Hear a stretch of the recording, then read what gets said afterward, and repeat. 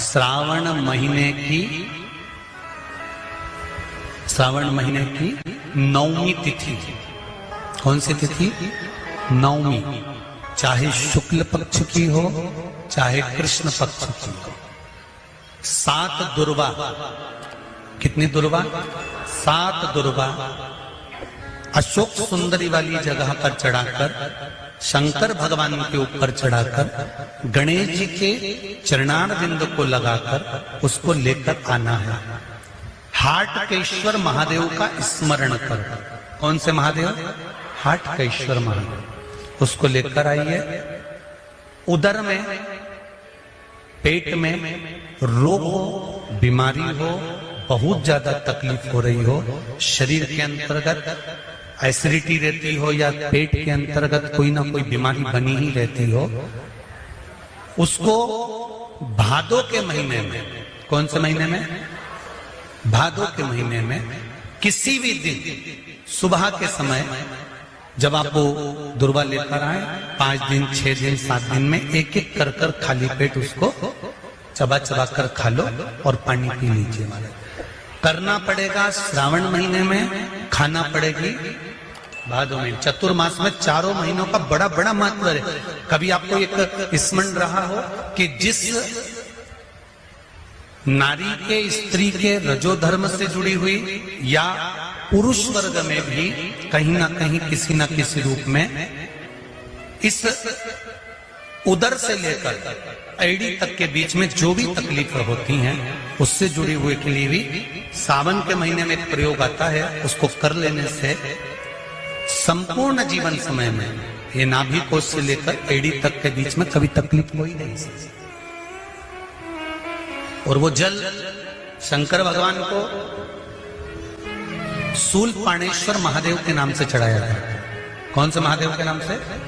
शूलपाणेश्वर महादेव। शूलपाणेश्वर, उसका भी स्थान है कि वो जल कहां चढ़ता है। तो पहले तो नवमी तिथि का दुर्वा प्रयोग भगवान शंकर को समर्पित करते हुए, अशोक सुंदरी वाली जगह पर समर्पित करते हुए श्री गणेश जी महाराज को कहकर, आपको याद होगा जिस समय पर श्री गणेश जी महाराज कुबेर जी महाराज के घर में भोजन करने गए थे, सारा अन्न भगवान गणेश जी पा गए थे, तब शंकर भगवान ने दुर्वा भेजी थी। ये दुर्वा जब गणेश जी को भेजी गई थी तो वो औषधि के लिए भेजी गई थी कि गणेश जी ने ज्यादा पा लिया है तो शरीर में रोग ना हो जाए, पेट में कोई रोग ना हो जाए। तब शिव जी ने भेजी थी अशोक सुंदरी के माध्यम से। इस दुर्वा का प्रभाव रोग मुक्ति के लिए किया जाए। शिव तत्व कह रहा है, भगवान शंकर का पावन चरित्र कह रहा है। एकांबरेश्वर महादेव कांचीपुरम में, तमिलनाडु में, भारत की भूमि पटना में कांचीपुरम का ये तमिलनाडु का मंदिर एकांबरेश्वर महादेव का आता है। एकांबरेश्वर, जहां पर पाथर का शिवलिंग नहीं है, जहां सोना और चांदी का शिवलिंग नहीं है, जहां हीरे पन्ने का शिवलिंग नहीं है, जहां पर मिट्टी का पार्थिव शिवलिंग की पूजन होता। अब जरा विचार करिएगा, गुरुजी क्या बात कर रहे हो? ये पार्थिव शिवलिंग, मिट्टी का शिवलिंग जहां एकांबरेश्वर महादेव के मंदिर में पूजा जाता है, वहां क्या वो शिवलिंग मिट्टी का फटा नहीं होगा? क्या उसमें दरार नहीं पड़ी होगी? क्या वो मिट्टी का शिवलिंग बेकार नहीं हुआ होगा? हम जब पार्थिव शिवलिंग का निर्माण करते हैं तब उस समय उसमें हम बहुत से पदार्थ डाल देते हैं, या दूध या गाय का, जम के बोलो, घी, और दूसरा भस्म। ये 2 चीजें क्यों डालना चाहिए? कि शिवलिंग अच्छा बनेगा, शिवलिंग पक्का रहेगा, दरार नहीं पड़ेगी, उसके लिए डालना चाहिए क्या? ना ना ना, पार्थिव शिवलिंग का निर्माण करने वाले 2 चीजों का स्मरण अवश्य रखें।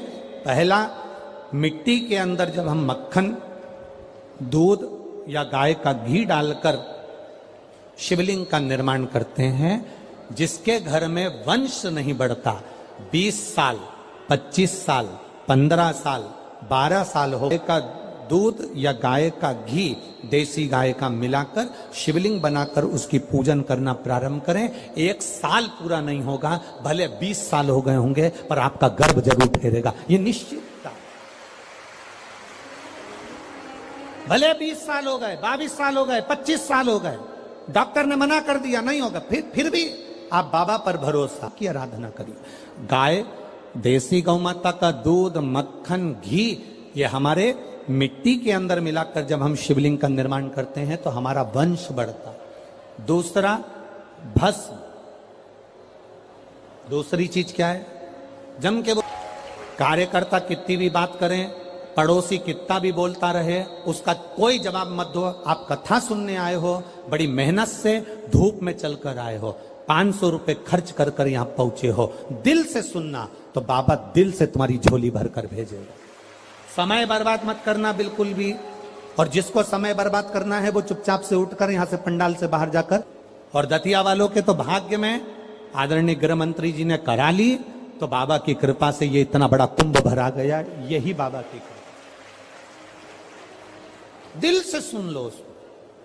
पहले नंबर पर है मिट्टी में मिलाया गया मक्खन, घी या बोलो जल्दी से, भस्म। ये दूसरे नंबर पर भस्म का प्रयोग। शिवलिंग का जब निर्माण करें, पार्थिव शिवलिंग जब बनाए, मिट्टी में थोड़ी सी भस्म जरूर मिलाए। भस्म किस चीज के लिए होती है? भस्म किसके लिए धारण कराई जाती है? तो महाराज, शिव महापुराण की कथा कहती है, जब शरीर में कोई बड़ी बीमारी आने वाली होती है, आप एक साधारण सा प्रयोग कर कर देखिएगा अपने जीवन में। एक साधारण सा प्रयोग, जब आपको लगे कि डॉक्टर ने बोला है कि कोई बड़ी बीमारी का चांस बन रहा है, कोई बड़ी बीमारी होने वाली है, आप थोड़े दिन तक देवाधिदेव महादेव का ये शिवलिंग, ये जलाधारी, ये जहां से जल बहता है, गणेश जी का स्थान, कार्तिकेय जी का स्थान, बीच में एक मोटी सी लाइन अशोक सुंदरी, शिवलिंग जो शिवलिंग रखा है, जो जलाधारी है वो मां पार्वती जी का हस्त कमल, ऊपर से एक एक बूंद जो पानी गिर रहा है, जिस कमंडल में से, जिस जलाधारी में से जल गिर रहा है, वहां शंकर भगवान की 5 बेटियां, जया, विषहरा, शामली बारी, दौतली और देव, ये भगवान शिव की 5 बेटी। जब आपको लग रहा है कि मेरी जांच होने जा रही है, जब आपको लग रहा है कि मुझे डॉक्टर को दिखाने जा रहे हैं, मुझे लग रहा है कि कोई बड़ी बीमारी ना निकल जाए, अल्ट्रासाउंड करा रहे हैं, एक्सरे करा रहे हैं, उससे पहले घर में अगर थोड़ी सी भस्म रखी है, उस भस्म को जब आप जल चढ़ाने के लिए शिव जी के मंदिर में जाओ, हॉस्पिटल में दिखाने के लिए जांच कराने जाओ, उससे पहले एक काम जरूर करना, शंकर भगवान का जहां शिवलिंग रखा है, उस शिवलिंग के पास में भस्म का लेपन कर कर देवाधिदेव महादेव पर 1 लोटा जल समर्पित कर कर उसी भस्म को अपने कलेजे पर, अपने हृदय पर लगाकर देवाधिदेव महादेव का पंचाक्षर मंत्र नमः शिवाय, षडाक्षर मंत्र ओम नमः शिवाय या श्री शिवाय नमस्तुभ्यम बोलकर फिर आप जांच के लिए चले जाओ। कोई बड़ी बीमारी तुम्हारी जिंदगी में निकल ही नहीं सकती। भस्म भस्म हो। भस्म का काम क्या? हमारे रोग को, हमारी बीमारी को, हमारे आने वाले जो रोग हैं, जो बीमारी है, जो तकलीफ है, उसको समाप्त करती है भस्म का प्रयोग।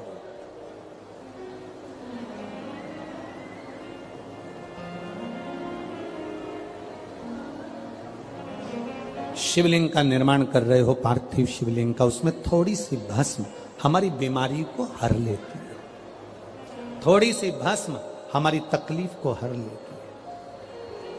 भस्म का प्रयोग।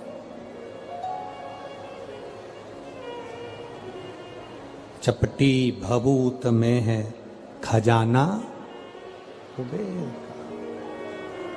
शिव के शरीर से, भगवान देवाधिदेव महादेव के तन से लगी हुई भस्म साधारण नहीं है।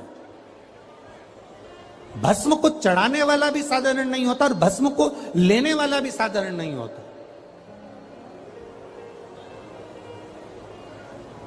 शंभो शरण पड़े मांगो घड़ी रे घड़ी दुख काटो दया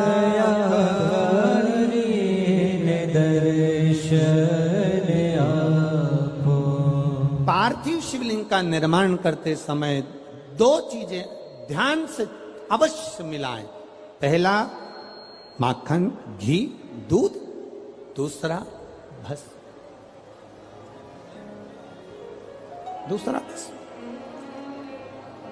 भस्म धारण भी करना चाहिए।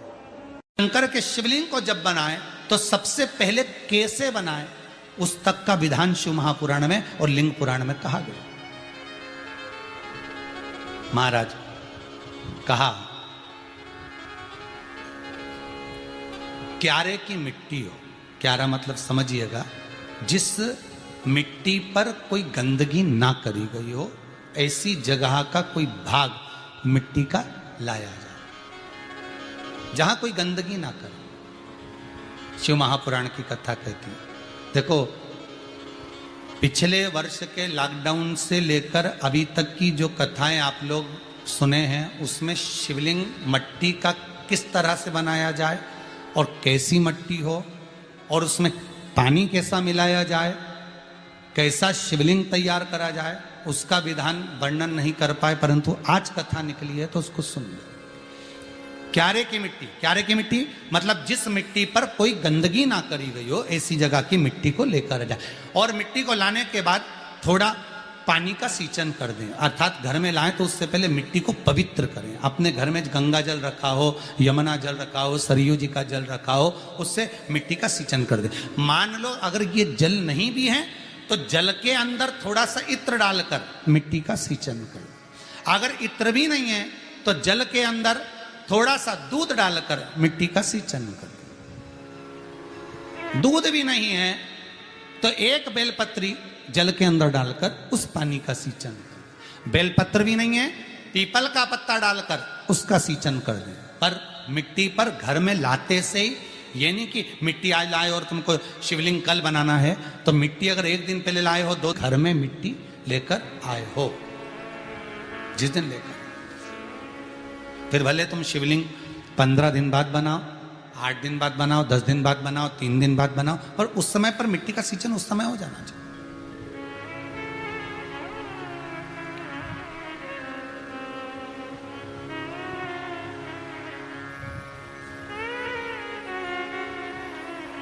फिर कहा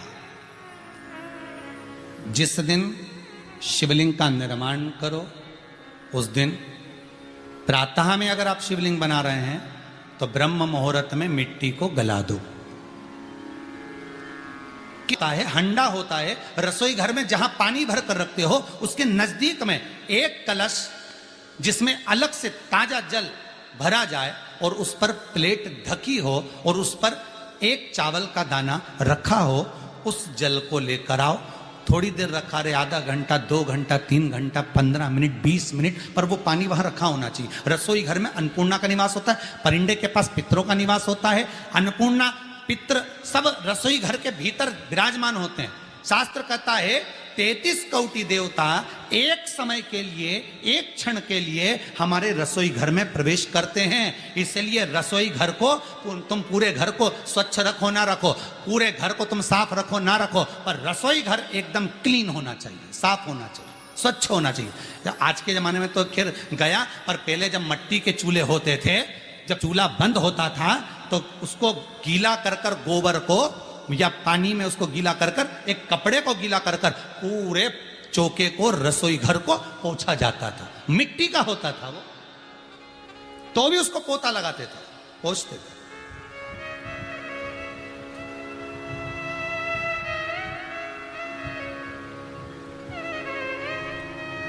तो पहला क्रम है पार्थिव शिवलिंग का निर्माण।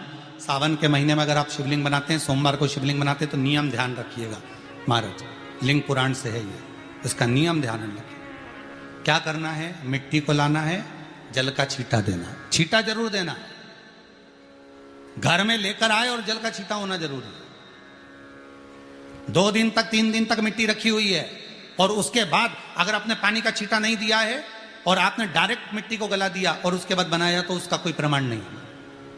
जल का छींटा अवश्य। फिर उसको रख दें। 15 दिन बाद बनाओ, 4 दिन बाद बनाओ, 3 दिन बाद बनाओ, 2 दिन बाद बनाओ। शिवलिंग जब बनाओ तब उस मिट्टी को, जो कलश आपने रसोई घर में रखा है चावल का दाना रखकर प्लेट के ऊपर, अर्थात उस कलश का जल उस मिट्टी में थोड़ा सा डालिए। क्यों डाला जाता है उसका भी भाव वर्णन किया है। अब भविष्य पुराण, स्कंद पुराण और अग्नि पुराण, इन तीनों से ले लिया गया। वर्णन किया गया जब उस कलश का जल हम डालते हैं तो उस कलश में पितरों का भाव आ जाता है, अन्नपूर्णा का भाव आ जाता है, घर में लक्ष्मी का भाव आ जाता है, संपदा का भाव आ जाता है। पूरे 24 घंटे के अंदर एक क्षण के लिए रसोई घर में 33 कोटि देवता आते हैं, तो वो देवता का सारा भाव उस कलश के अंदर आ जाता है। और वो जल जब हम उस मिट्टी में मिलाते हैं तो गंगा, यमुना, सरयू, सरस्वती, ये 33 कोटि देवता में, तो इन सब का आनंद उस जल में आ जाता है। और वो जल जब हम मिट्टी में मिलाते हैं तो मिट्टी पवित्र हो जाती है, स्वयं कैलाश अधिपति को स्वीकार करने के लायक हो जाती है, निर्मित करने के लायक हो जाती है।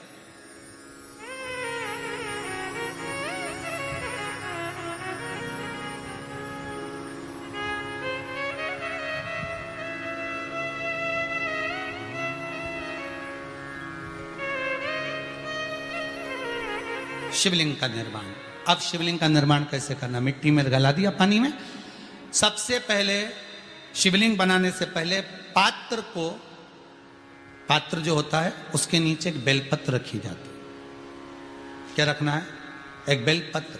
शंकर को झेलने के लिए कोई साधारण नहीं है पात्र जिस पे झेला जाए। स्वयं गंगा शिव की जटा में और आप शंकर के शिवलिंग का निर्माण कर रहे हो, कोई साधारण नहीं हो सकता। स्वयं आप विदेश्वर संहिता के अंतर्गत पढ़े कि ब्रह्मा और विष्णु, ब्रह्मा ऊपर जा रहे हैं, भगवान विष्णु नीचे जा रहे हैं, तो पता नहीं कर पा रहे कि यहां चरण कहां पर और शीश कहां पर है, उसको जान ही नहीं पा रहे।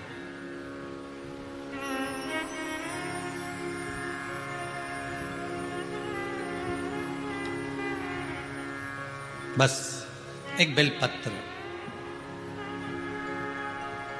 साधारण भाव में, बेलपत्र भी सीधा भाग, और इस बेलपत्र की जो डंडी है वो उत्तर दिशा में रखना है थाली के अंतर्गत। जब आप शिवलिंग का निर्माण करें उत्तर, इसके ऊपर जो गलाई हुई मिट्टी है वो डाल दीजिए।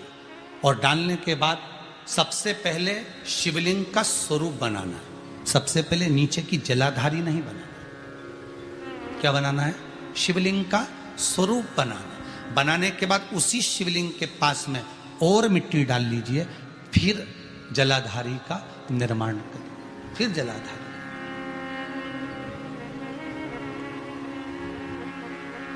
शिवलिंग जलाधारी निर्मित हो गई। शंकर जी का संपूर्ण परिवार शिवलिंग में रहता है, आपको पहले भी कहा। भगवान भूत अधिपति भूतेश्वर भगवान शिव का संपूर्ण परिवार शिवलिंग में, पहले भी कथा में कहा, आज फिर आपको वर्णन कर देते हैं। जैसे ये जलाधारी है गोल, ये चरण है, ये शिवलिंग है। ये जो गोल भाग है जहां पर भगवान शंकर का शिवलिंग रखा है, ये पार्वती जी का हस्त कमल है। जहां से पानी नीचे गिर रहा है, इसके राइट भाग में श्री गणेश जी का स्थान, लेफ्ट भाग में श्री कार्तिकेय जी का स्थान। बीच में जो एक मोटी सी लाइन होती है जलाधारी में, वो पार्वती जी के सुंदर पुत्री अशोक सुंदरी का स्थान। शंकर जी के ऊपर जो तिकोनी रखी रहती है, उसके ऊपर से जो जल बूंद बूंद नीचे गिरता है, ये जो पानी बूंद, शंकर भगवान की 5 पुत्रियां, जया, विषहरा, शामरी बारी, दौतली और देव, ये शंकर जी की 5 बेटियां, 5 पुत्री। कार्तिकेय भी है, गणेश भी हैं, अशोक सुंदरी भी है, शंकर जी की 5 बेटियां भी हैं, शंकर भी है और पार्वती भी। अर्थात शिव जी के परिवार में आपको गणेश जी की पूजन अलग करने जाने की जरूरत नहीं पड़ेगी, शंकर के परिवार में पार्वती जी की पूजन अलग करने जाने की जरूरत नहीं पड़ेगी, कार्तिकेय की पूजन अलग जाकर करने की जरूरत नहीं है। शंकर का परिवार शंकर के शिवलिंग के साथ में उस जलाधारी में संपूर्ण परिवार शंकर का विराजमान है, संपूर्ण परिवार, कुछ भी नहीं, संपूर्ण और पूरा परिवार है महाराज। फिर वही बात आई, ध्यान दीजिएगा, जिस व्यक्ति को नींद ना आवे, रात्रि को सोते समय टेबलेट खाने की जरूरत नहीं, शंकर भगवान की 5 पुत्रियों का नाम लीजिए। जया, हाथ में जल लो, पलंग पर बैठो, जल हाथ में लिया, जया आचमन कर लो, विषहरा आचमन कर लो, श्यामली बारी आचमन कर लो, दौतली आचमन कर लो और देव आचमन कर लो। ये शंकर की जो 5 पुत्रियां हैं, ये ऐसी पुत्रियां हैं जो निंद्रा देवी को लेकर आती हैं और हमें विश्राम का आनंद सुख प्रदान करती, हमारे नयनों पर विराजमान रहती। हाँ, यदि विवाह नहीं हो रहा, शादी नहीं हो रही है, बहुत समय से लगन देख रहे हो, शादी नहीं हो रही, बहुत समय से परेशान हो गए कि विवाह ही नहीं हो रहा, हम तो टेंशन में पड़ गए, लड़की 28 साल 30 साल का लड़का हो गया, विवाह नहीं हो रहा, कुछ मत करो। अष्टमी तिथि आए तो अशोक सुंदरी वाली जो जगह है वहां पर हल्दी की 7 बिंदियां लगा दो, लड़का लड़की का हाथ उस बिंदी पर रखवा दो, उसका नाम गोत्र बोलो, उसी हल्दी में उसके हाथ पीले करवा दो और पीपल के पेड़ पर उस हाथ के 5 छापे पड़वा दो, 3 महीने में विवाह पक्का हो जाता है महाराज। उसका इतना, अशोक सुंदरी के उस हल्दी का इतना प्रमाण है।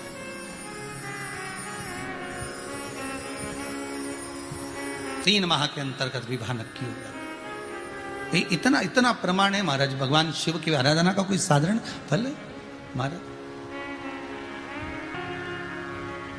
निर्मित करा शिवलिंग। एक बार सब जितने भी टीवी पर बैठे हैं, सम्मुख में कथा सुन रहे हैं, फेसबुक यूट्यूब पर सुन रहे हैं, एक बार साथ में समझें वापिस निर्माण को, शिवलिंग के निर्माण को। मिट्टी लाए, स्वच्छ जगह की, जल का छींटा दिया, रखा। जब शिवलिंग बनाया तो 1 कलश पानी पहले से 2 घंटा, आधा घंटा, 15 मिनट, 20 मिनट पहले उसको रख दिया, उसी पानी से उसको गीला करा। गीला करने के बाद उसका निर्माण, सबसे पहले बेलपत्री, बेलपत्री के ऊपर मिट्टी, मिट्टी के ऊपर रखकर शिवलिंग का निर्माण, फिर जलाधारी का निर्माण, जलाधारी का निर्माण और शिवलिंग का निर्माण पूर्ण होने के बाद में फिर बाबा का सुंदर भाव से आप श्रृंगार करें, अभिषेक करें, पूजन करें। और एक बात याद रखना, पार्थिव शिवलिंग का अगर निर्माण करा है तो आपको वो पार्थिव शिवलिंग को रात्रि होने से पहले विसर्जन होना जरूरी है। हाँ, अगर कोई शिवरात्रि का दिन है तो फिर आप पूरी रात रख सकते हो, हरतालिका तीज का दिन है पूरी रात रख सकते हो, बड़ी तीज है, छोटी।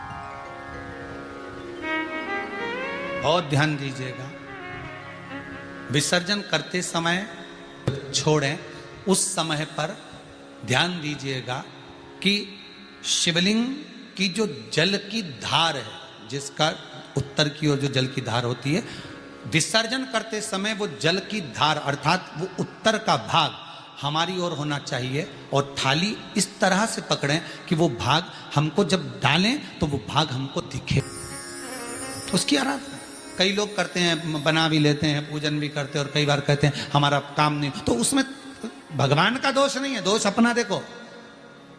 आप आए नहीं, सुबह हो गई, मेरी पूजा की थाली धरी की धरी रहेगी। क्यों नहीं आए, किस लिए नहीं, वो हमें देखना।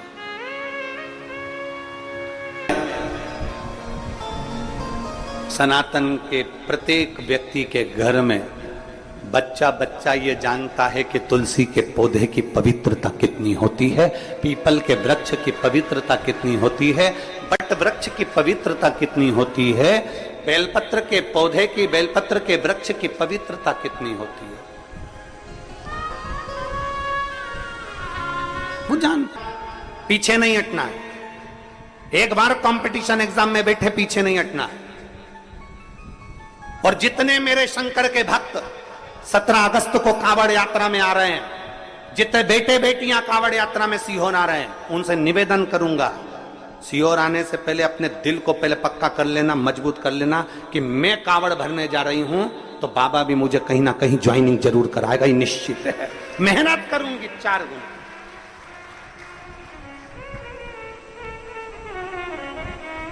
जब 17 अगस्त को आप कावड़ भरने आए तो आपके अंदर एक अलग से एनर्जी होना चाहिए, एक अलग से बल होना चाहिए कि मैं यहां कावड़ चढ़ाने के बाद जाऊंगी और खूब मेहनत करूंगी, खूब मेहनत, और मेरा विश्वास करता है मैं उत्तीर्ण होकर रहूंगी, आगे बढ़कर रहूंगी। अंतर्गत वर्णन मिलेगा आपको कि अगर कोई शिव पुराण की कथा सुनकर जहां से निकल कर जाता है,